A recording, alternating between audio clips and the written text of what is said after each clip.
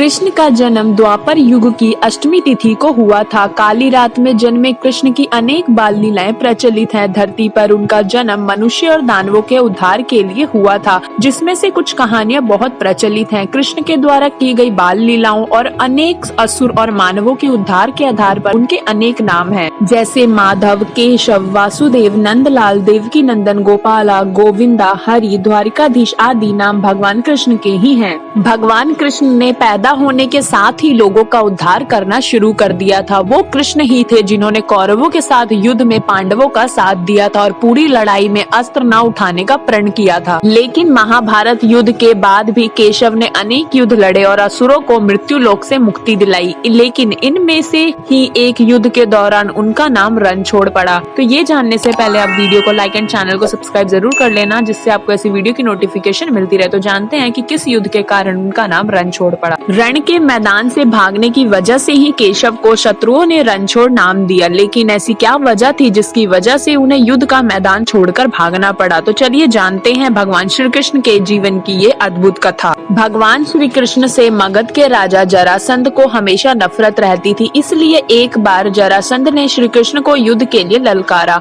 इस युद्ध में विजय की कामना से उसने अपने साथ यवन देश के राजा काल्यवन को भी युद्ध में सम्मिलित कर लिया। क्योंकि काल्यवन अजय था, उसने भगवान महादेव को प्रसन्न कर वरदान प्राप्त किया था, जिसके कारण ना तो कोई चंद्रवंशी और ना ही कोई सूर्यवंशी उसे मार सकता था, ना ही कोई अस्त्र मार सकता था और ना ही कोई अपने बल से उसे परास्त कर सकता था। भगवान शंकर के इस वरदान की वजह से ही काल्यवन खुद को अजय समझता था। इसलिए जरासंध के कहने पर काल्यवन ने मथुरा पर आक्रमण कर दिया। सर्वज्ञाता भगवान श्री कृष्ण को इस बात का पहले से ही पता था कि काल्यवन को परास्त नहीं किया जा सकता, इसलिए उन्होंने लीला रची और युद्ध भूमि से भाग गए, जिसकी वजह से ही उनका नाम रणछोड़ पड़ा।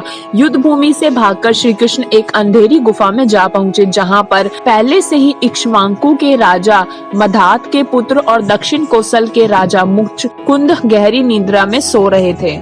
दरअसल राजा मुचकुंद ने असुरों से युद्ध कर देवताओं को विजय दिलाई थी। लगातार कई दिनों तक युद्ध की वजह से वह बहुत थक गए थे, इसलिए देवराज इंद्र ने उनसे सोने का निवेदन किया और वरदान दिया कि जो कोई भी आपको निद्रा से जगाएगा वह जलकर भस्म हो जाएगा। श्री कृष्ण ने लीला स्वरूप उसी गुफा में प्रवेश किया जहां मुचकुंद सोए थे। भगवान का पीछा करते हुए जब काल्यवन उस गुफा में पहुंचा तो श्री कृष्ण ने उसे भटकाने के लिए अपना पीताम्बर राजा मुचकुंद के ऊपर डाल दिया। अंधेरी गुफा में काल्यवन को लगा कि श्री कृष्ण गुफा में छुपकर सो रहे हैं, इसलिए उसने राजा मुचकुंद को श्री कृष्ण समझकर जगा दिया। राजा मुचकुंद के जगते ही काल्यवन भस्म हो गया। भगवान श्री कृष्ण ने पूरे जीवन काल में तमाम लीलाएं की और लोगों का उद्धार किया। यह लीला भी इनमें से ही एक है, जिसके बाद उनका नाम रणछोड़ पड़ा। महाभारत में अर्जुन को श्रीमद् भागवत का उपदेश देते समय भगवान श्री कृष्ण ने कहा है कि संसार में जो भी कुछ घटित होता है उसमें मेरी ही इच्छा होती है। तो वीडियो को यहीं एंड करते हैं। वीडियो अच्छी लगी हो तो वीडियो को लाइक एंड चैनल को सब्सक्राइब किए बिना मत जाना। कमेंट में जरूर बताना आपको वीडियो कैसी लगी। वीडियो को ज्यादा से ज्यादा शेयर करना। हम मिलेंगे किसी नेक्स्ट इंटरेस्टिंग टॉपिक के साथ।